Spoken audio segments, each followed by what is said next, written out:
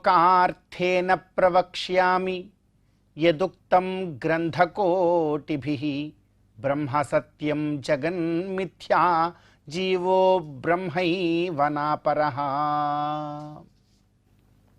అత్యంత పవిత్రమైనటువంటి ఈ వైశాఖ మాసంలో శుభోదయ వేళలో దేవదేవుడైనటువంటి శ్రీమన్నారాయణుణ్ణి, కలియుగ ప్రత్యక్ష దైవమైనటువంటి శ్రీ వెంకటేశ్వర స్వామి వారిని పరిపరి విధాలుగా శరణాగతి చేస్తూ ఉత్తమమైన ఈ వైశాఖ మాస శుభోదయ సమయాన్ని మనం చరితార్థం చేసుకుంటూ ఉన్నాం.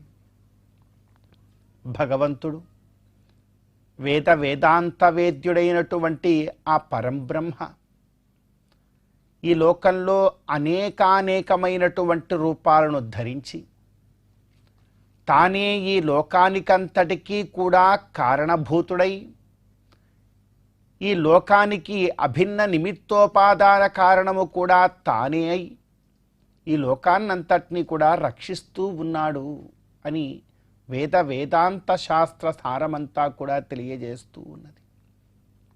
ముఖ్యంగా వేదాంతములు అని మాట్లాడుకోగానే ఈ రోజుని మనం ఖచ్చితముగా చాలా విశేషముగా గుర్తుంచుకోవాలి.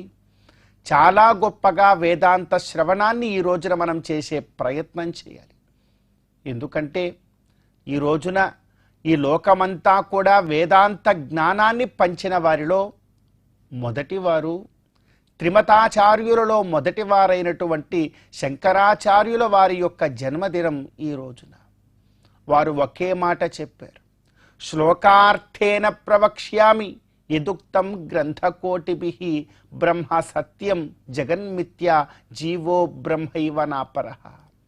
ఇది వారు మనందరికీ కూడా అందించినటువంటి అద్వైత శాస్త్రము యొక్క సారం. వారు ఏమంటున్నారు శంకర భగవత్పాదుల వారంటే, ఈ లోకమంతా కూడా అద్వైత తత్వము నిండి ఉన్నది అన్నారు. ఏమిటండి అద్వైతం అంటే? ద్వైతము అంటే రెండు అని అర్థం. రెండిటి యొక్క భావన, రెండిటి యొక్క అస్తిత్వము అని అర్థం. న ద్వైతం అద్వైతం అంటే రెండు లేవు, ఈ లోకంలో ఒకటే ఉన్నది. రెండు లేకుండా ఈ లోకములో కేవలము ఒక్కటి మాత్రమే ఉన్నటువంటి తత్వం ఏమిటి అంటే అది ఏ పరంబ్రహ్మ తత్వము. అది ఏ సకల వేద ఇతిహాస పురాణములన్నీ కూడా ఈ ఒక్క తత్వాన్ని గురించే మాట్లాడుతూ ఉన్నాయి. మరొకటి ఏదీ కూడా లేదు అంటున్నారు శంకర భగవత్పాదుల వారు. అందుకే కంటికి కనపడుతూ ఉన్నటువంటి ఈ సకల ప్రపంచమంతా కూడా మిథ్యనే.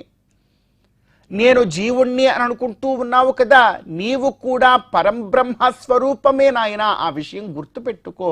ఈ సంసార దశ వల్ల మనలో అజ్ఞానము వలన మనం ఈ విధంగా ఉన్నాం తప్ప, ఈ సంసార దశ నుండి బయటకు వచ్చి బ్రహ్మజ్ఞానాన్ని పొందిన తరువాత అహం బ్రహ్మాస్మి అనేటువంటి జ్ఞానము నీకు కలుగుతుంది అంటున్నారు శంకర భగవత్పాదుల వారు. కానీ ఈ జ్ఞానాన్ని పొందడం అంత సులువైనటువంటి మార్గం అయితే కాదు. సంసారాన్ని విడిచిపెట్టాలి. ఎంతో గొప్పదైనటువంటి ధర్మాచరణము మనం చెయ్యాలి. అన్నిటికన్నా మించి విశేషించి సద్గురువులను ఆశ్రయించాలి. వారి ద్వారా ప్రస్థానత్రయ భాష్యాన్ని మనందరం కూడా అధ్యయనం చేయాలి. వేదాంతము అంటేనే ప్రస్థానత్రయం. మొట్టమొదట ప్రస్థానత్రయ భాష్యాన్ని కూడా ఈ లోకానికి అందించినటువంటి వారు శంకర భగవత్పాదుల వారే. అంటే దశ ఉపనిషత్తులు, బ్రహ్మసూత్రములు, భగవద్గీత, ఈ మూడింటిని ప్రస్థానత్రయం అని అంటారు.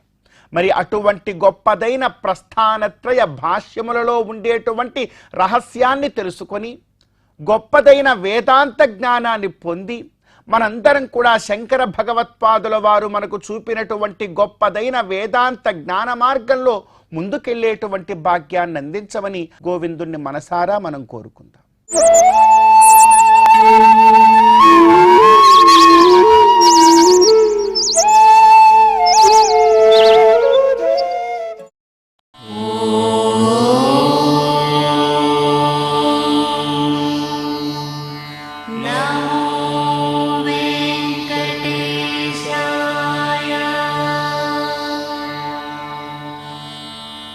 Oh